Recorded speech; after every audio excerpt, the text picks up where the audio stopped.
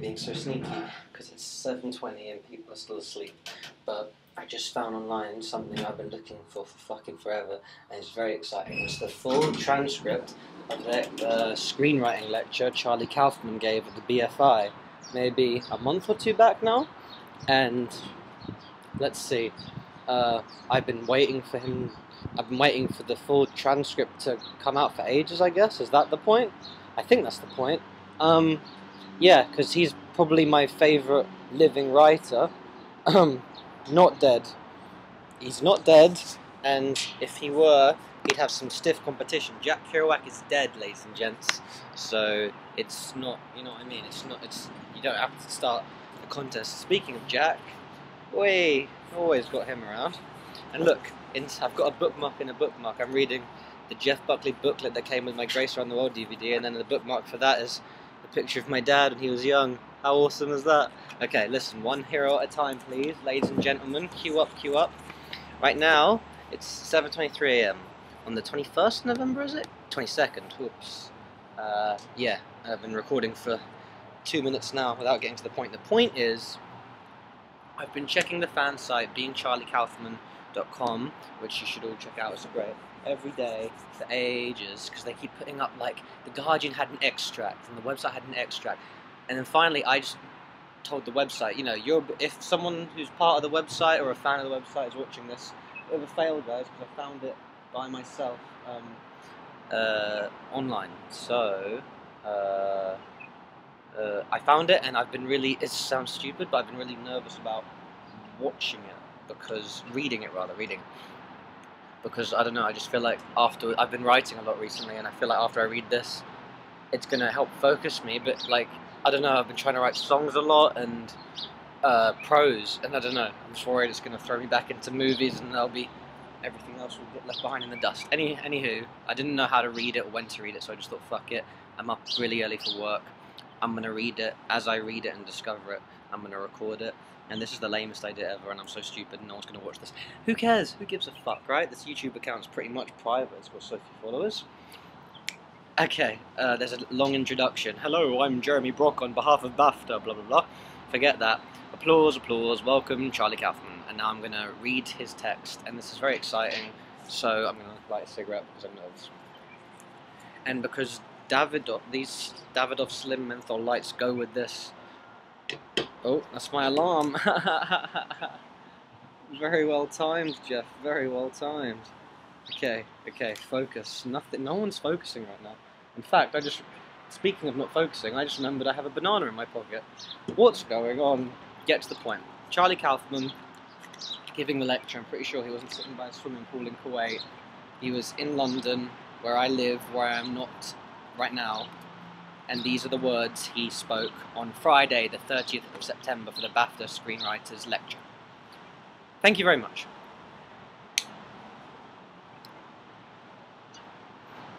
I'm actually really happy to be here, at least that's what I'm telling myself. I've never delivered a speech before, which is why I decided to do this tonight. I want to do something that I don't know how to do, and offer you the experience of watching someone fumble, because I think maybe that's what art should offer, an opportunity to recognize our common humanity and vulnerability.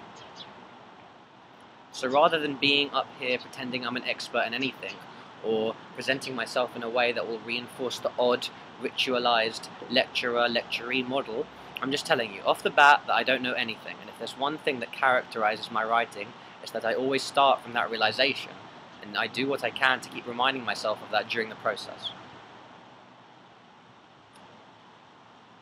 I think we try to be experts because we're scared. We don't want to feel foolish or worthless, we want power because power is a great disguise. I even feel odd calling myself a writer or a screenwriter. I do when I have to. I put it on my income tax form, but I feel like it's a lie, even though it's technically true. I write screenplays for a living, but it's not what I am. When I was young, I really wanted that label. I wanted to be something. I wanted to be a writer. There was this movie, Serpico.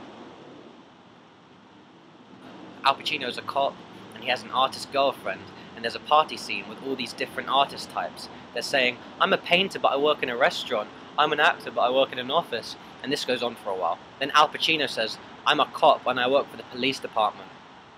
But there's that feeling when you want to say you're something and you have nothing to back it up because everyone says they're right or everyone says they're this or that. This is what I felt, and everyone else thinks it's bullshit. It's funny now that I don't want to call myself that, but at the time I did, and I think that it was necessary at the time, but now it doesn't feel necessary because I think the thing I realize is I'm not those things. I'm a person who does this and I struggle with it. I think it was Thomas Mann who says, a writer is someone for whom writing is harder than it is for other people, which I thought was pretty cool.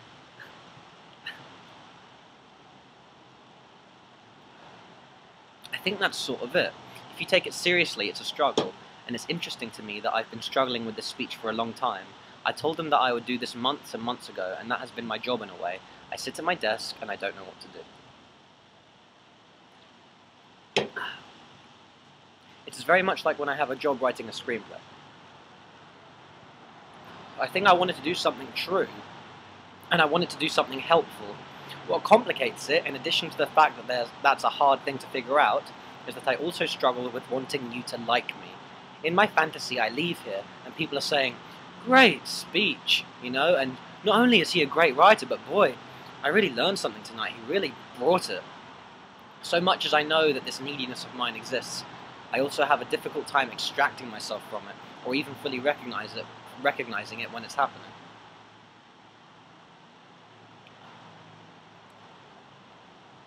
It's a tricky thing. No one wants to come up here and bomb. It's really literally the stuff of nightmares. I've had that nightmare a lot of times, and I know you want to be entertained, so for me to calculatedly not entertain you in order to be true seems sort of selfish. So I find myself in this push-pull relationship with my opposing desires, which I think is a big part of what characters are and what characters do in real life. People in real life, characters in movies should.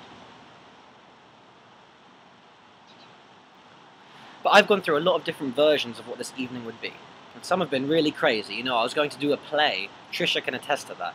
They were very excited about it, so I was like, holy shit, now I have to do a play, because I wanted Trisha to like me, you know? But really, I ultimately decided that I need to come up here and be honest and not do a song and dance. So I've purposely kept it up in the air. I've taken notes, but I've kept it up in the air, and it's increased my anxiety 1,000-fold, because I have notes here, and I honestly don't know if this is a speech 5 minutes or 3 hours long. I don't know, I haven't timed it, I just have no way of knowing. But it is the way it is with my work, is that I do feel you sort of need to stay where you are, in the moment, with the work. So I thought it would be helpful to start with this, because if I were writing a screenplay about this event, I would spend a lot of time thinking about what that event is, how it feels to be the person speaking, how it might feel to the audience, what it means to be an audience, both as a group, because an audience is an organism, but also made up of individuals. And I'll hopefully get to that later because I've written about that as well. But another thing this introduction has done is it's allowed me to feel like I can go ahead and do this. By being upfront, all I am is a limited, struggling human being. It allows me to come up here and be a limited, struggling human being. So what I'm offering here as a thing to take from this is that it's important to free yourself in any way you can so you can do your work. Here's a recent quote that I found.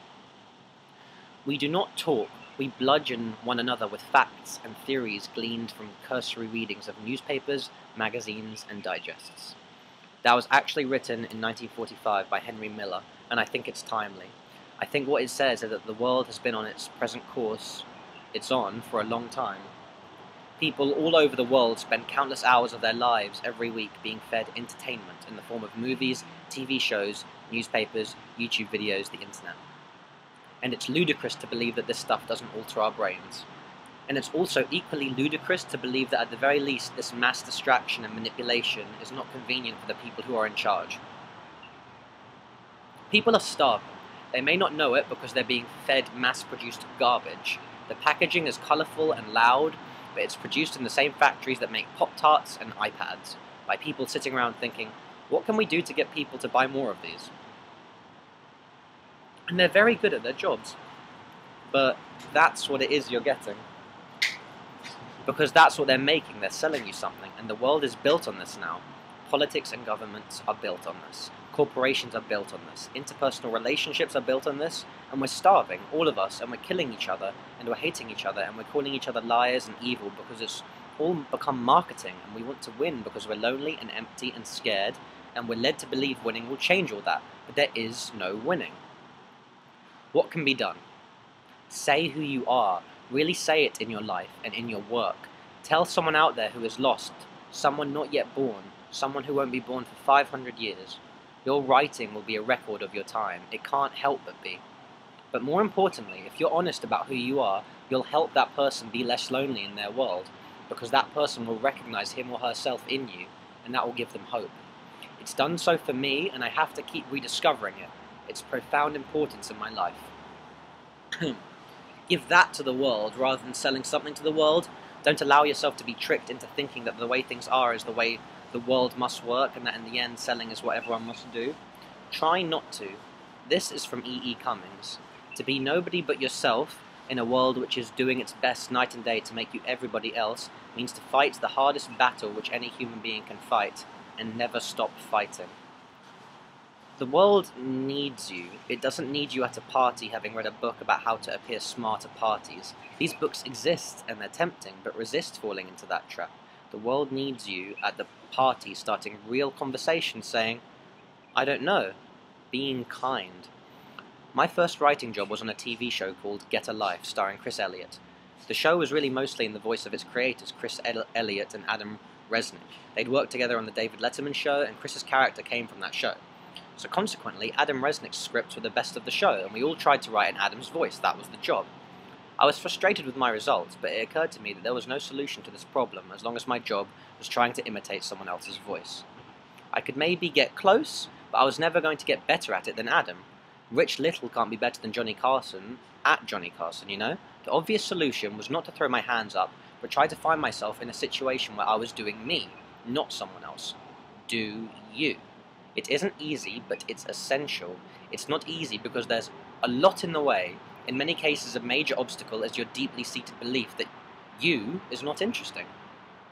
And since convincing yourself that you are interesting is probably not going to happen, take it off the table. Agree.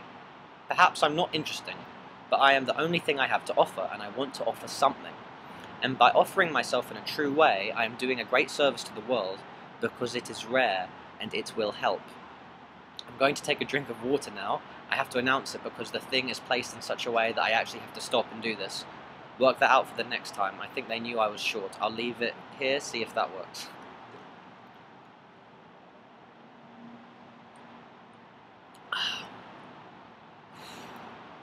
As I move through time, things change. I change, the world changes, the way the world sees me changes. I age, I fail, I succeed, I am lost. I have a moment of calm. The remnants of who I have been, however, hover, embarrass me, depress me, makes me wistful. The inkling of who I will be depresses me, makes me hopeful, scares me, embarrasses me. And here I stand at this crossroads, always embarrassed, wistful, depressed, angry, longing, looking back, looking forward. I may make a decision and move from that crossroads, at which point I find myself instantly at another crossroads. Therefore, there is only movement. A screenplay is movement. It is written in time and expresses a passage of time. It is made in time and it is viewed in time. It's a movie, it moves. That's 2 hours I'll never get back, is a favourite thing for any angry person to say about a movie he hates. But the thing is, every 2 hours are 2 hours he'll never get back. You cannot hoard your 2 houses. So you are here and I am here, spending our time as we must. It must be spent. I'm trying not to spend this time, as I spend most of my time, trying to get you to like me, trying to control your thoughts, to use my voodoo at the speed of light, the speed of sound, at the speed of thought, trying to convince you that your 2 hours with me are not going to be resented afterwards. It is an ancient pattern of time usage for me, and I'm trying to move deeper, hoping to be helpful. This pattern of time usage paints over an ancient wound and paints it with bright colours. It's a sleight of hand, a distraction, so to attempt to change the pattern, let me expose the wound. I now step into this area blindly. I do not know what the wound is. I do know that it is old. I do know that it is a hole in my being. I do know it is tender. I do believe that it is unknowable, or at least inarticulable. I do believe you have a wound too. I do believe it is both specific to you and common to everyone. I do believe it is the thing about you that must be hidden and protected. It is the thing that must be tap danced over 5 shows a day. It is the thing that won't be interesting to other people if revealed. It is the thing that makes you weak and pathetic. It is the thing that truly, truly, truly makes loving you impossible. It is your secret, even from yourself, but it is the thing that wants to live. It is the thing from which your art, your painting, your dance, your composition, your philosophical treatise, your screenplay is born. If you don't acknowledge this, you will come up here when it is your time and you will give your speech and you will talk about the business of screenwriting. You will say that as a screenwriter, you are a cog in a business machine. You will say it is not an art form. You will say, here, this is what a screenplay looks like. You will discuss character arcs, how to make likable characters. You will talk about box office. This is what you will do. This is who you will be. And after you are done, I will feel lonely and empty and hopeless. And I will ask you for my 2 hours back. I will do this to indicate my lack of love for you. I will do this to communicate that you are a waste of time as a human being. It will be an ugly thing for me to say. It will be intended to hurt you. It will be wrong for me to say. It will lack compassion. And it will hurt you. And you will either dismiss it or take it in. But in either case, you will hear it and it will affect you. And you will think about what you can do next time so you can be more lovable. And with that, your wound will be buried further. Or you will think about how hateful people are and how your armor needs to be thicker so that you can proceed as planned with your ideas. And with that, your wound will be buried further. As I'm sure you know, there is a fungus, Ophiocordyceps unilateralis. It infects the brains of carpenter ants and it turns them into zombie slaves, more or less. What happens is that the ants climb to the underside of leaves near the forest floor, secure themselves to the leaves, then die, becoming a food source for the fungus. Eventually, the positioning of the ant corpse serves to allow the spores to burst out of the ant's head and rain down on other ants. This is true, and it's very successful. There is fossil record of this occurring up to 48 million years ago, and to this day.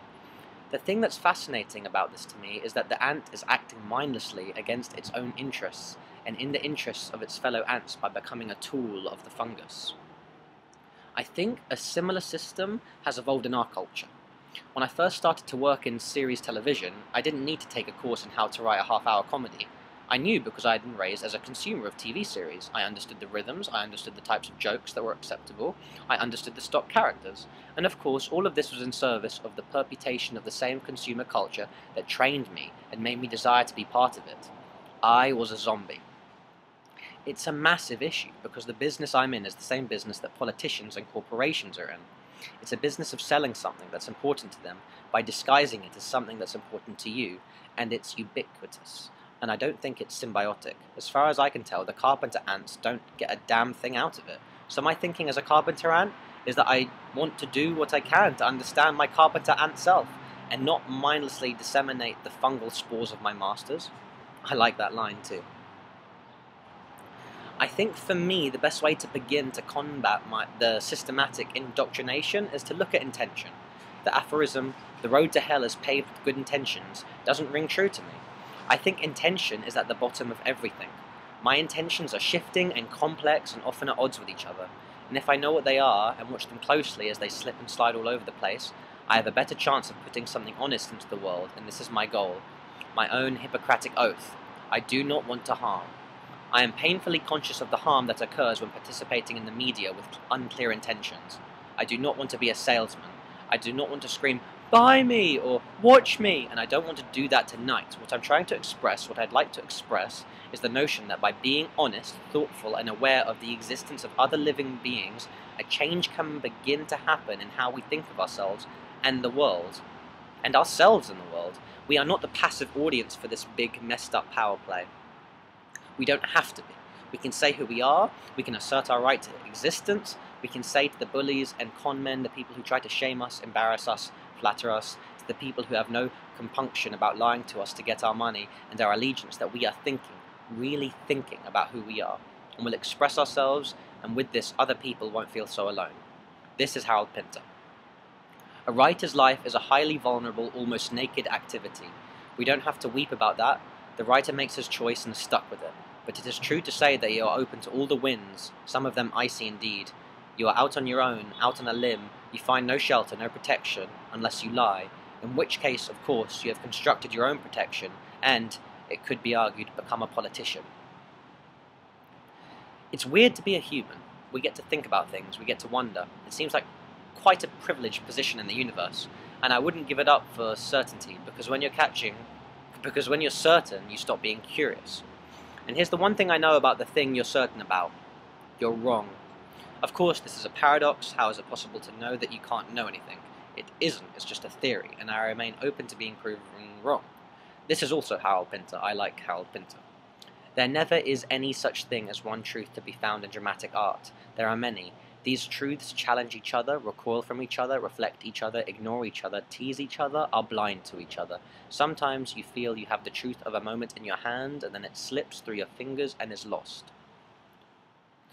That's the end of that, because I'm going to go on now, and I didn't want you to think it was Harold Pinter anymore. Now this is me for a while. I think, yeah, it's me for a while. A manifesto is a valuable thing. It is everything else anyone tells you about. How to do things, something to react against. It gives you a focus, a framework with which to say why. This is also true with any psychological or emotional insight you might have or might read or see expressed. It's always a mistake to settle on any explanation for anything, because whatever you settle on, you will be wrong, even if you're right. Everything is ephemeral. Everything is in a constant state of flux. Thinking past any conclusion you've drawn will reward you with a more complex insight and a more compassionate worldview. This is something I'm constantly trying to learn and relearn. There's another quote that I like. This one's a little long, but I think it's good. It's a guy named John Garvey. I'm increasingly convinced that the need to be right has nothing whatsoever to do with the love of truth, but to face the implications of this means accepting a painful inner emptiness. I am not now what I sense somehow I am meant to be. I do not know what I feel from the bottom of my heart. I need to know. The beginning of wisdom is not to flee from this condition or distract yourself from it. It is essential not to fill it up with answers which have not been earned. It is important to learn how to wait with that emptiness. It is the desire to fill up that emptiness which leads to political or religious fanaticism. Think about your reaction to me. Think past it. Why do you have that reaction? Why do you react a certain way to certain things? What does your reaction have to do with your wants? How does it correlate? How would your reaction to what I'm saying change if I were older? Younger? Female? A different race? British? What does it mean about you that it would change? What does it mean about the subjectivity of your opinions? What if I was me but had a different demeanour? What if I was more confident? Less confident? What if I was more effeminate? What if I was less effeminate? What if I was drunk? What if I was on the verge of tears? Think about all the assessments, all the interpretations that occur with each interaction. Think about all that you bring to each encounter. Multiply that by all the people here. How much is going on in this room, and how do we weave that into a movie? The challenge of multiple points of view forces us to come up with solutions, to throw away conventional approaches. Movies tend to be very concrete in their construction of events and characters. It's a tricky medium in which to deal with interior lives, but I think it's a really great medium for it. Movies share so much with dreams, which of course only deal with interior lives. Your brain is wired to turn emotional states into movies. Your dreams are very well written. I know this without knowing any of you. People turn anxieties, crises, and longing, love, regret, and guilt into beautiful, rich stories in their dreams. What is it that allows us the creative freedom in our dreams that we don't have in our waking lives? I don't know, but I suspect part of it is that in our dreams we are not constricted by worry about how we will appear to others. It's a private conversation with ourselves, and if we're worried about it, this becomes part of the dream. I think if we're better able to approach our work this way, the results would be different. So what is a screenplay, or what might it be? Since we're talking specifically about screenplays tonight, a screenplay is an exploration. It's about the thing you don't know. It's a step into the abyss. It necessarily starts somewhere, anywhere. There is a starting point, but the rest is undetermined. It is a secret, even from you. There's no template for a screenplay, or there shouldn't be. There are at least as many screenplay possibilities as there are people who write them. We've been conned into thinking there is a pre-established form. Like any big business, the film business believes in mass production. It's cheaper and more efficient as a business model. But I don't want to talk about that aspect of screenwriting. Here's what I know about a screenplay. Simply that it is a text which describes what happens in a movie. And I'm not even sure about this definition. I think what might make this form of an endeavour exciting for writers is that they find themselves in an environment where they're encouraged to use their powers to explore the world, their minds, and the form itself. Think about the staggering possibilities, the marriage of light, vibration, and time. I think craft is a dangerous thing. I saw a trailer for a movie, I don't want to say what the movie is, but it's coming out soon, and it was gorgeous. It was gorgeous, and it made me really depressed, and I was trying to figure out why. I think there was an amazing amount of craft and skill on the part of filmmakers in this movie, and yet it was the same shit. I know that this movie is going to do really well, and I know that the people who made it are going to get rewarded for it, and so the cycle continues. So I think the danger of craft is that it needs to be in second position to what it is that you're doing. And it's seductive to put it in first position, often because what you're doing is meaningless or worthless, or just more of the same. So you can distinguish yourself by being very, very good at it. I think you need to be willing to be naked when you do anything creatively in film or any other form. That's really what you have to do, because otherwise it's very hard to separate it from marketing. I think that it just sort of becomes what it's about.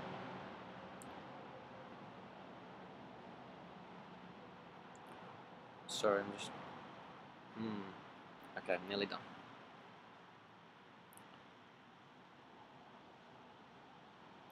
The speaker stands on the stage. He looks out at the audience. He doesn't really know why he's here, not really. More and more in his life, he finds himself in places he can't explain, not really explain. He knows he's here to give a speech, and he's told himself he intends to do some good with it. But he knows that reason crumbles to dust under investigation. What he wants is to change who he is. Each predicament, such as this one, each challenge he accepts in order to move him to the next level of truthfulness. Each time he goes in hoping he will come out a real person. He knows if he just takes enough risks, eventually he will be something. Something that lives a real life. Sweat forms on his brow. How did I know? It's amazing, because I wrote this a week ago, so... Pools under his arms. He can't feel it. He can feel it dripping, his sleeves further moistening his clammy hands. Actually, my hands aren't clammy, they don't clammy. That's one of my blessings. The only part for some reason. It's wet now, but that's because I rubbed my forehead. He is to speak on a subject. He has been chosen as an expert, but the subject is unclear to him, and he's lonely is the truth of it. He feels trapped under burdens so immense, the history he carries, the thwarted relationships, the compromised relationships, the longing that drapes him like a shroud, the want. He is a wanting machine, ever wanting. He looks out at the audience. They don't know what to make of him. Why is he reading this story up there? He is to be giving a speech about screenwriting. Someone in the audience is happy. A train wreck is in progress, and he is witnessing it. The speaker knows this. He believes he has considered every possible audience reaction. He wants to be liked by them. He wants to be admired and adored. He wants to be found attractive. He hates himself for this. This is the stuff that it always comes down to, and his goal here tonight was to be different. He wants to be real. Real in this contrived place. But he can't be. The truth suddenly stares him in the face. This is who he is. This is the real him. This needy, wanting thing. Up here for the same aggrandizement as everyone else who does this. Look at me.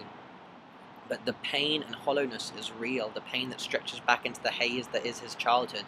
He leaves. That's it. It's nothing like anything he has ever done. He walks off the stage. People have paid money, he thinks, as he leaves. This will be on YouTube. I am finished. This life I lived until this point is now different forever. Just by walking off the stage.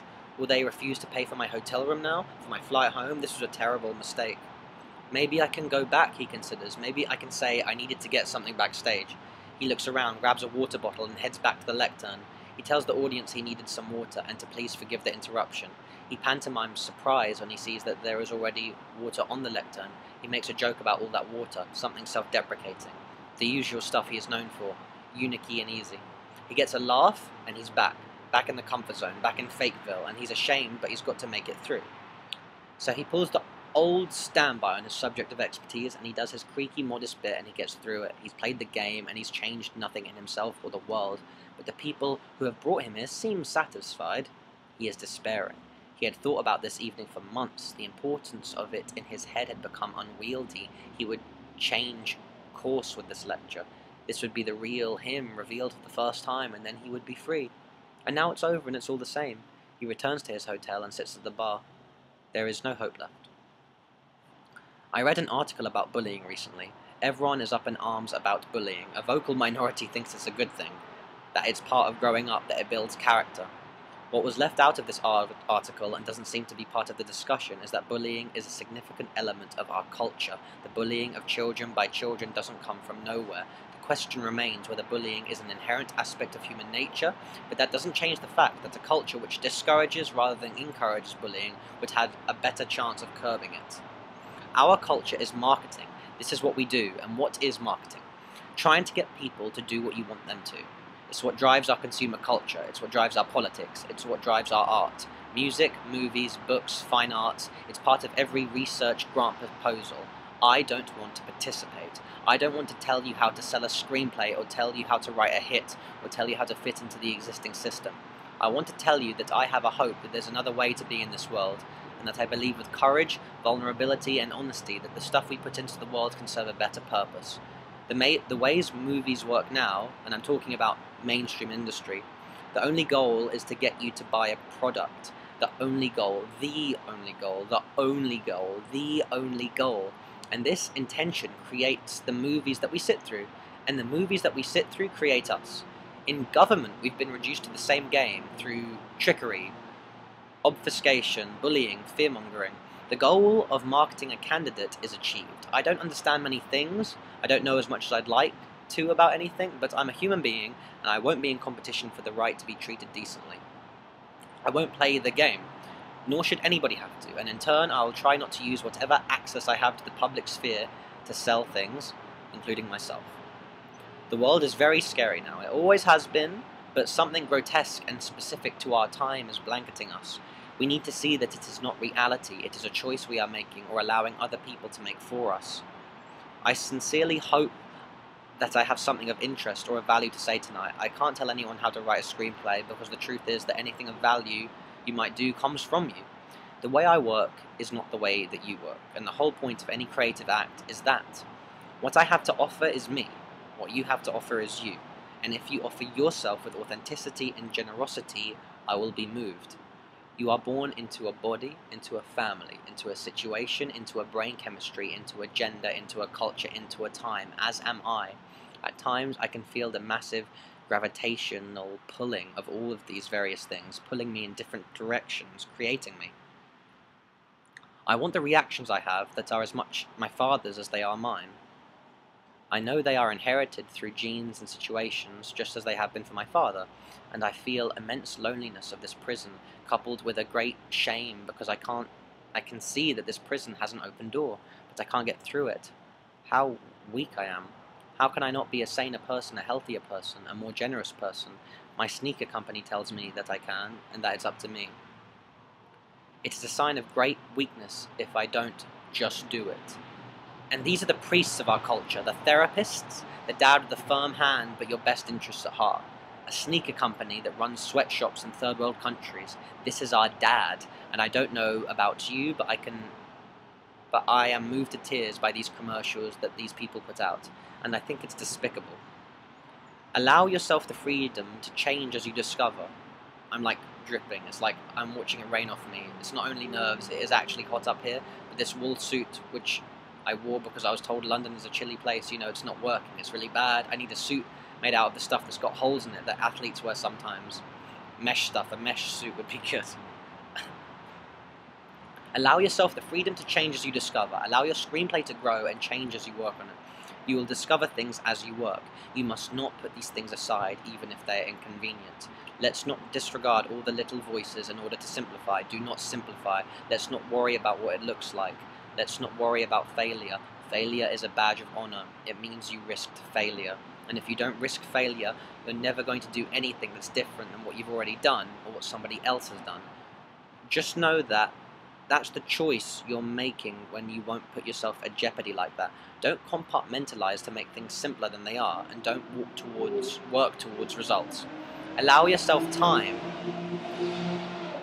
Let things brew.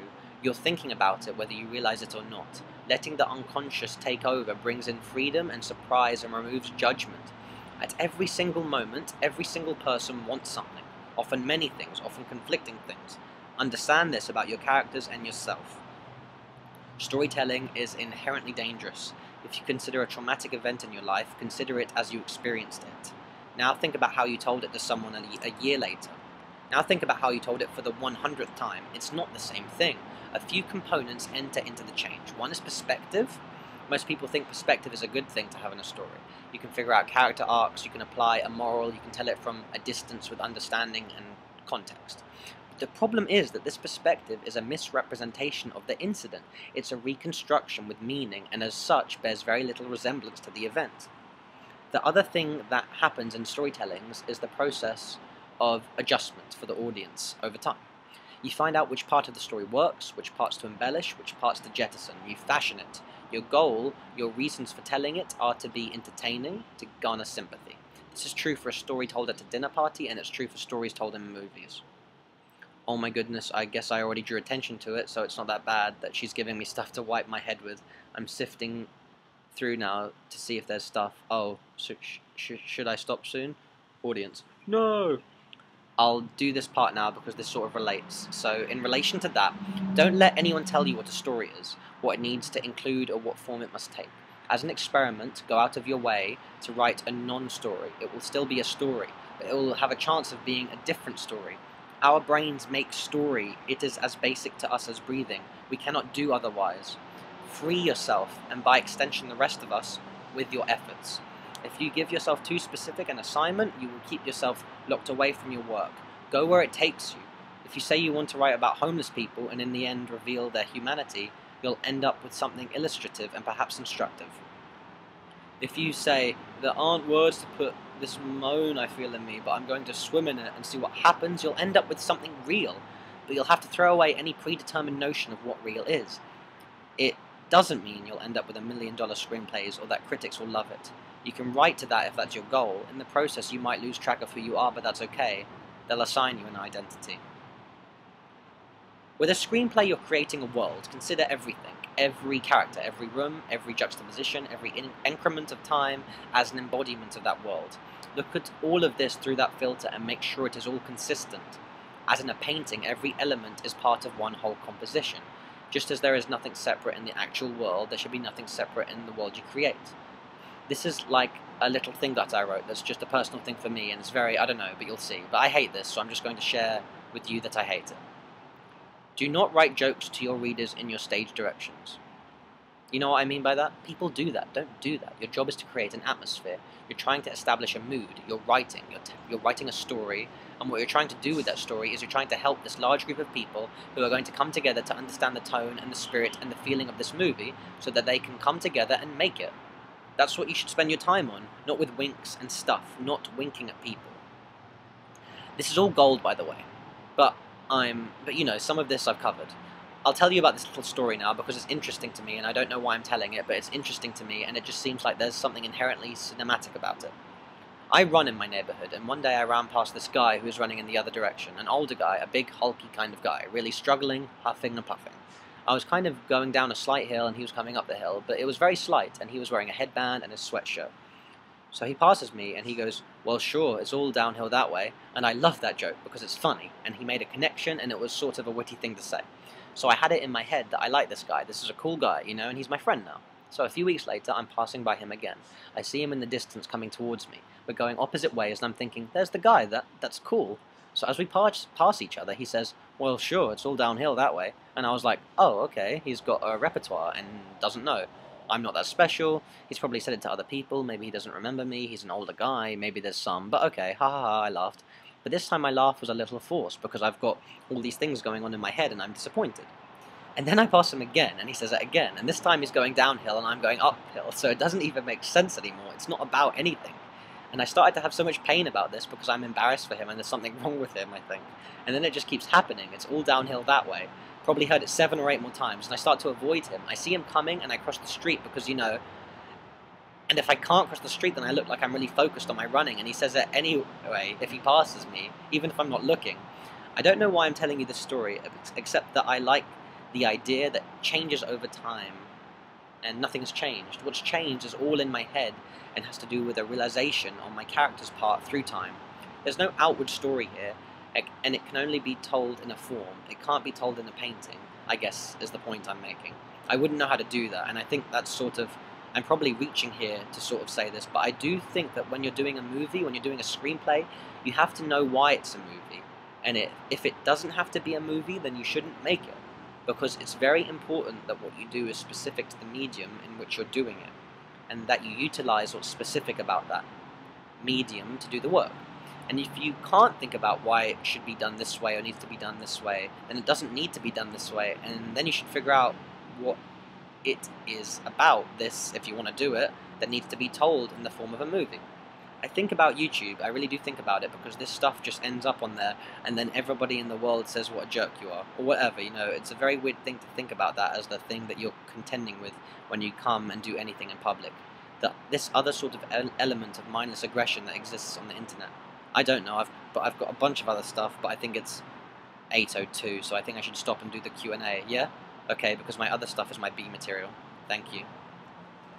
Woof.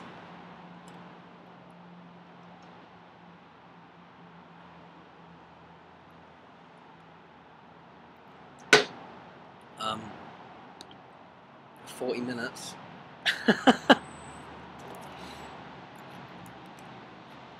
Even I won't watch that back. The content was incredible. Just the fact that I'm saying it and I keep tripping up over my words, but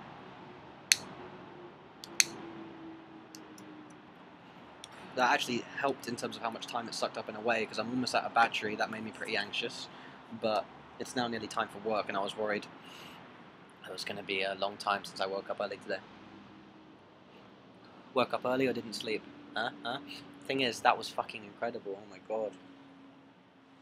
Like, as much as I kept tripping up over my words, it was really nice to discover it as I read it out loud. It felt more, I don't know, because part of me would like to think that deep down, years of experience later, I kind of exactly know what he's talking about. I'm not gonna do the Q, and there's more on this link.